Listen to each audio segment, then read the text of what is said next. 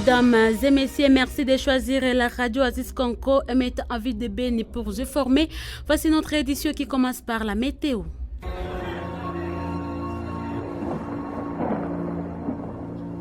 Oasis, la météo. Voici comment se présente la prévision météorologique de ce samedi 23 novembre 2024 à Ville de Béni. Levé du soleil 5h45 et au coucher 17h51. La température maximale sera descendue à 24 degrés Celsius et la minimale à 18 degrés Celsius. Le vent courra 10 km par heure l'avant-midi en direction nord-est et à même vitesse l'après-midi à la même direction.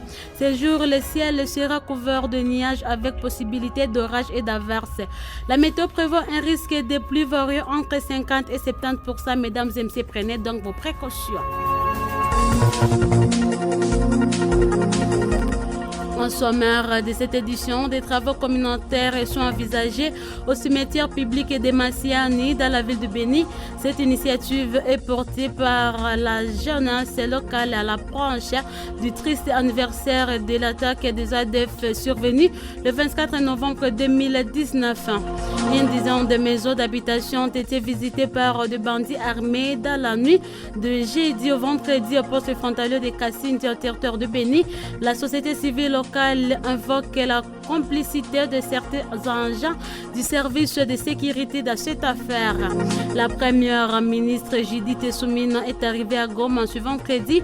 Sa visite s'inscrit dans le cadre de l'évaluation de l'état de siège en traitant une nouvelle proposition de loi portant sur la levée de cette mesure exceptionnelle vient d'être déposée à l'Assemblée nationale par le député national Eliva Oumawa. Auditeur de la radio Aziz Konko, c'est tout comme titre choisi parmi tas d'autres actualités qui vous seront développées dans cette édition. Je suis à votre service Sixte Kalumendo. La partie technique est assurée par Shadrach Bafoumodia. Bienvenue à l'intégralité de cette édition. Jeune, ton avenir est plein d'espoir. Mais une seconde de plaisir sexuel peut le gâcher à jamais. Sois sage. Ouvre cette édition avec de Béni à l'approche du triste anniversaire de victimes de l'attaque des ADF survenue le 24 novembre 2019 au quartier Massiani. La jeunesse de ces quartiers, sous le guide du conseil local, organise des travaux communautaires au cimetière public de Massiani. C'est lieu et le dernier répond de personnes tombées sous les atrocités des ADF. Barak Kanzakia, président du conseil de la jeunesse, et Hamza Angali, chef des quartiers, appelle toute la population de Béni à se rassembler pour cette noble cause. C'est samedi 23 novembre 2024. Pour en savoir plus, écoutez Baraka Anzakia au micro de Justin Palou Convia Lava. Tunaandaa kwa sasa, tuko naangalia kama tufae salongo kesho ya kukumbuka triste anniversaire ya le 24 novembre. À l'occasion du triste anniversaire des tueries de 8 civils par les terroristes ougandais de l'ADF le 24 novembre 2019 à Massiani, nous organisons des travaux communautaires au cimetière public de Béni, Massiani. Parmi les victimes, une personne n'était pas identifiée. Nous appelons les membres des associations, mutualités et même des habitants des différents quartiers de Béni de venir participer à ces travaux. Nous allons exécuter ces travaux ce samedi parce que le 24 vient de tomber le dimanche. Voilà pourquoi nous profitons la journée du samedi. Manake shie wote kesho asubuhi le 23 juu le 24 itakuwa dimanche. Alors les projets d'extraction de minerais de fer et de pyrochlore est déjà en commun de Mankina dans le territoire de Béni. L'information est rapportée ce vendredi par le Parlement des jeunes de cette municipalité qui salue ce projet qui est à l'avantage de la population locale. Cette structure juvénile s'oppose à une éventuelle idée d'installation de l'usine de traitement de ces minerais en dehors de Mankina. Écoutons Nikeze Kasereka, président du Parlement des jeunes à Mankina. Nous sommes très enthousiastes de constater l'arrivée depuis un mois et demi de la coopérative minière pour le développement social Comides à Siglesia Kondemakina, une coopérative qui a bien entendu lancé son projet d'extraction des minerais de fer et de pyrochlore dans la mine située au quartier Somikar, communément appelé Ndabu. Ils utilisent des marteaux piqueurs pour extraire ce minerai de fer dont la teneur, selon l'ingénieur que nous avons pu rencontrer sur ce site, est estimée à 80% contre 30 à 40% de pyrochlore et de zinc. En fait, c'est vraiment, pour nous, nous avons constaté que c'est vraiment une aubaine pour la commune de Makina et surtout la jeunesse de ces milieux. Cependant, lors de notre descente sur ce site minier, quelque chose nous a tiqué, celle d'apprendre que l'usine de traitement de ces minerais de fer sera installée en dehors de la commune de Makina, notamment en ville de Béni. Une proposition que nous, Parlement des jeunes de Makina, rejetons avec force. Le site minier est une aubaine pour la commune. Il est situé à Mankina et l'usine de traitement doit être installée impérativement ici à la commune de Mankina au profit des jeunes œuvrés de la commune. S'il persiste, nous allons passer à une vitesse supérieure. Je l'ai dit au sommaire de cette édition, plusieurs maisons d'habitation ont été visitées par des bandits armés la nuit de jeudi au vendredi dans le quartier de la frontière de Kassindi, à territoire de Béni. D'après Blaise Moutoussela, coordonnateur de la société civile du groupement Bassongo Orange et hors la loi, ont blessé des citoyens avant d'emporter des sommes d'argent et plusieurs biens de population. Cet acteur de force vive demande aux services de sécurité de traquer les maisons de tolérance et qui, selon lui, cacherait des bandits. Écoutez Blaise Moutoussela au téléphone des confrères Alphani Alidor. Aujourd'hui, nous venons d'enregistrer plus de 8 cas d'ingursion nocturne dont les auteurs ne sont pas encore bien identifiés. Mais selon les victimes, ce sont des personnes porteurs d'armes blanches et armes à feu. Précisément dans les quartiers Mwangaza, Laté et les quartiers Kamirongo. 8 ménages ont été visités, certains gens ont été blessés grièvement, 2 personnes. Le bilan n'est pas encore exact, même nous sommes en train d'évaluer d'abord, mais l'argent a été emporté, les téléphones, les habits et autres biens de grande valeur comme des télévisions qui ont été emportés par ce bandit. Jusqu'à présent, la somme exacte n'est pas encore connue parce que les victimes sont gravement blessées. Les autres n'ont pas eu le temps d'échanger avec nous vu la gravité des blessures. En fait, ils étaient à tenue civile et d'autres témoignages nous déclarent qu'ils avaient la tenue militaire. Notre message aux autorités locales de Kassindi et de Bungouar d'intensifier la patrouille et la traque des maisons de tolérance. La première ministre de la RDC, Judith Soumina, est arrivée à Goma ce vendredi 22 novembre. Elle a été accueillie par le gouverneur militaire Peter Chirimwami. Cette visite a pour objectif principal d'évaluer la situation liée à l'état de siège en vigueur dans les régions durement touchées par les atrocités des groupes armés, à savoir le Nord Kivu et l'Ituri. Au cours de sa rencontre avec les autorités locales, Judith Soumina a souligné l'importance de la mise en œuvre totale de mesures prévues dans le cadre de l'état de siège. Elle a insisté sur le fait que ces mesures sont essentielles pour garantir la sécurité et le bien-être des populations affectées. Cette visite marque un pas important dans la réponse du gouvernement face à la crise sécuritaire dans le Nord Kivu et souligne l'engagement des autorités à restaurer la paix et la sécurité dans la région. Je le fais savoir au début de cette édition, une nouvelle proposition de la loi portant levée de l'état des sièges vient d'être déposée à l'Assemblée nationale. L'initiative est du député national Maître Eliva Umawa qui a voté contre la 86e prorogation de cette mesure exceptionnelle. Jonathan Kataliko pour plus de détails. À travers sa nouvelle proposition de loi portant levée de l'état de siège qui a été déposée ce vendredi à l'Assemblée nationale, le député national Maître Eliva Umawa dénonce les résultats de cette mesure exceptionnelle. Pour exprimer sa désapprobation face à ces régimes, l'élu de Beni a voté contre la 86e prorogation de l'état de siège. Au regard de cette situation que nous constatons sur terrain, que ce soit à province du Nord Kivu comme à Ituri, à la suite de cette mesure exceptionnelle portant état de siège qui restreint les libertés fondamentales de la population de ces deux régions, je viens aujourd'hui de déposer la loi portant levée de l'état de siège. Celui qu'on appelle l'avocat du peuple Mwanasheria, Eli Vaumawa, appelle ses collègues à soutenir son initiative qui consiste à lever l'état de siège au Nord Kivu et à Ituri au regard de son bilan négatif, a-t-il dit. Cette loi vise ici à restaurer les deux provinces dans l'ordre normal initial, à pousser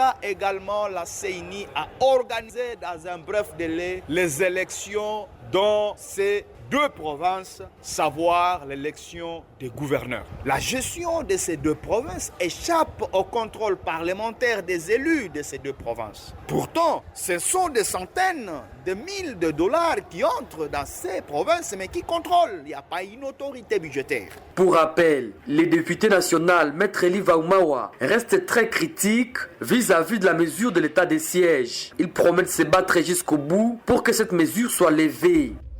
Le déplacé de guerre est cantonné au croix du cinquantenaire au paralysé les activités matinées de ce vendredi dans les quartiers Mukunkan en ville de Goma.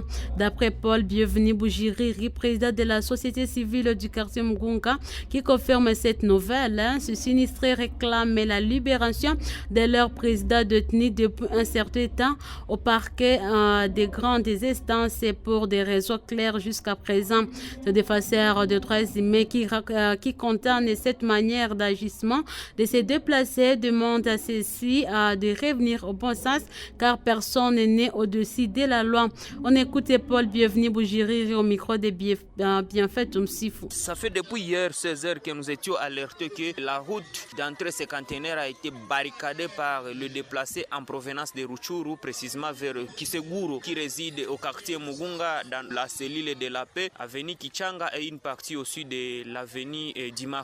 Même aujourd'hui, à 6h du matin que s'est déplacé, ils ont commencé leur manifestation en disant que leur président a été emprisonné par les hommes non encore identifiés. Mais après plusieurs renseignements que nous avions menés, les agents aussi des renseignements sur place, ils nous ont indiqué que le monsieur n'était pas à lever, mais le monsieur a été pris par le service parquet des grandes instances de Goma. Le monsieur, le président du site, et qui est à l'origine de cette manifestation par son absence dans ce du site, se trouve aujourd'hui vers le parquet des grandes instances ainsi que le source LSD de PNC territorial qui se trouve à Mugunga. Et nous continuons nous à condamner toujours ce genre de comportement que nos frères déplacés détiennent. Ils croient que la justice qui est dans leur main, un déplacé se trouve toujours au territoire de la République démocratique du Congo et il doit être jugé par la loi congolaise. Qu'il cesse avec ses sales habitudes. Un policier qui se rendait même au service, il a été capturé par ces déplacés qui manifestaient. Même sa moto a été ravie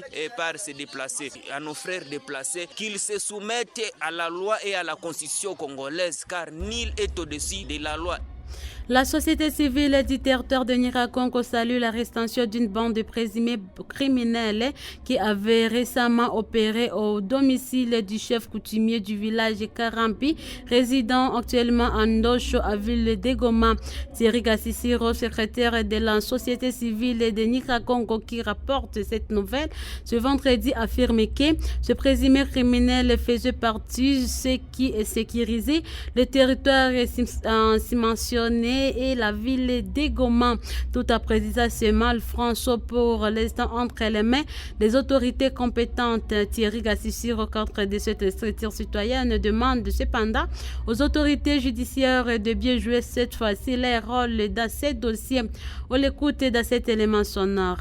bande de criminels qui avait opéré au domicile du chef de village Karambi Andosho après avoir fait incursion aussi chez son fils et qui malheureusement dans la maison du chef coutumier Mapinduzi Murefu, ils avaient pu cribler des balles sur deux petits enfants victimes innocents et qui sont en train de suivre des soins de santé dans une structure sanitaire à Goma. Les enquêtes avaient été immédiatement diligentées et nous sommes très heureux de savoir que toute cette équipe-là de malfrats, tous ces criminels qui ont tenté ces coups, tous ont été appréhendés et arrêtés et à présent ils sont entre les services spécialisés. Et donc nous encourageons et remercions tous ceux qui ont collaboré d'une manière ou d'une autre lors de ces enquêtes et qui ont abouti à l'arrestation de ces criminels qui ont semé la terreur et beaucoup de crimes dans la ville de Goma et à Nyiragongo. Et donc nous appelons maintenant ici les services attitrés en matière de justice, cette fois-ci d'honorer la population congolaise en rendant une justice équitable à tous ces criminels, car malheureusement des cas souvent pareils, quand on arrête ce genre de criminels, 2, 3, 4 jours après on les relâche. Il est donc temps que cette justice puisse aussi faire sa part de responsabilité. Nous appelons la population au calme et à suivre de près le procès qui sera bientôt initié.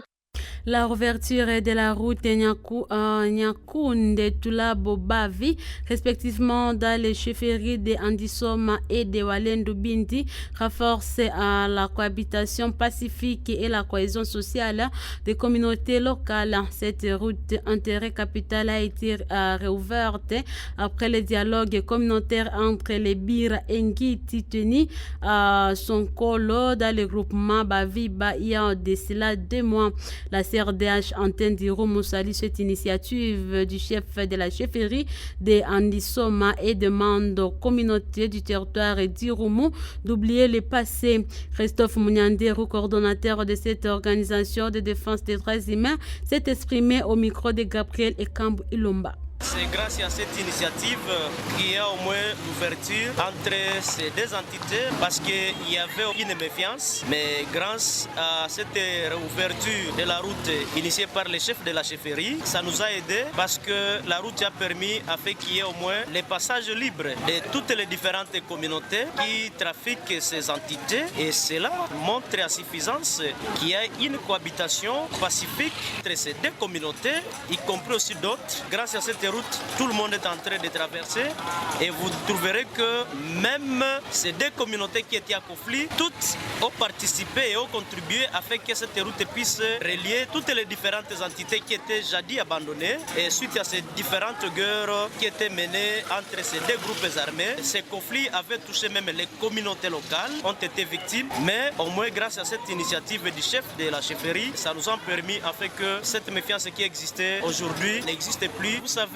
ce que nous sommes en train de prôner dans les territoires d'Irumu, c'est la cohabitation pacifique et la cohésion sociale. Toutes les communautés confondues du territoire d'Irumu, l'air n'est plus à la guerre. Et c'est le bon moment où nous devons cultiver la paix. Tout ce qui existait, nous devons oublier tous les préjudices causés et subis dans l'état passé. Aujourd'hui, c'est le moment où nous devons reconstruire notre Irumu.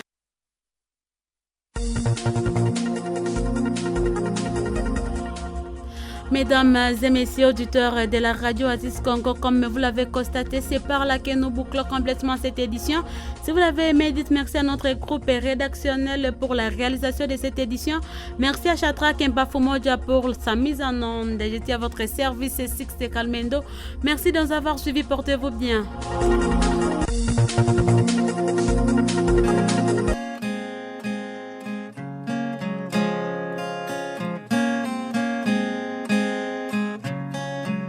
La population stérile de la zone septentrionale est du royaume de là-bas, elle est vraiment stérile, pas de grossesse, pas de naissance, mais c'est plein de mariages. C'est du jamais vu, du jamais entendu au monde, sauf au royaume de là-bas. Dans tous les royaumes, on réalise qu'il y a évolution démographique partout, sauf dans la zone septentrionale est où des millions de populations demeurent stériles. Allons-y et calculons ensemble. De 2005 à 2023, ça fait 18 ans, c'est-à-dire les enfants nés à 2005 auraient 18 ans à 2023. Or, de passage dans la zone, le pèlerin a vu que des individus recensés à 2005 et a donné droit à 10 sièges à la chambre haute sont restés les mêmes jusqu'à 2023. Si dans la cité de Benelux, le nombre de sièges est resté le même, après recensement bien sûr, en chefferie du même nom, il y a eu diminution des sièges à pourvoir. Admettons qu'il y a eu du génocide dans les Benelux, génocide ou épuration ethnique, ce qui justifierait la réduction ou baisse en nombre de sièges après recensement. Mais dans la même zone, la cité voisine située à une cinquantaine de kilomètres, il n'y a ni guerre ni génocide, mais c'est resté statique aussi en chiffres. En chefferie de Lubrutus, par contre, pas de guerre ni de génocide, mais il y a eu malheureusement diminution des sièges à pourvoir. Voilà pourquoi nous avons parlé d'une population stérile.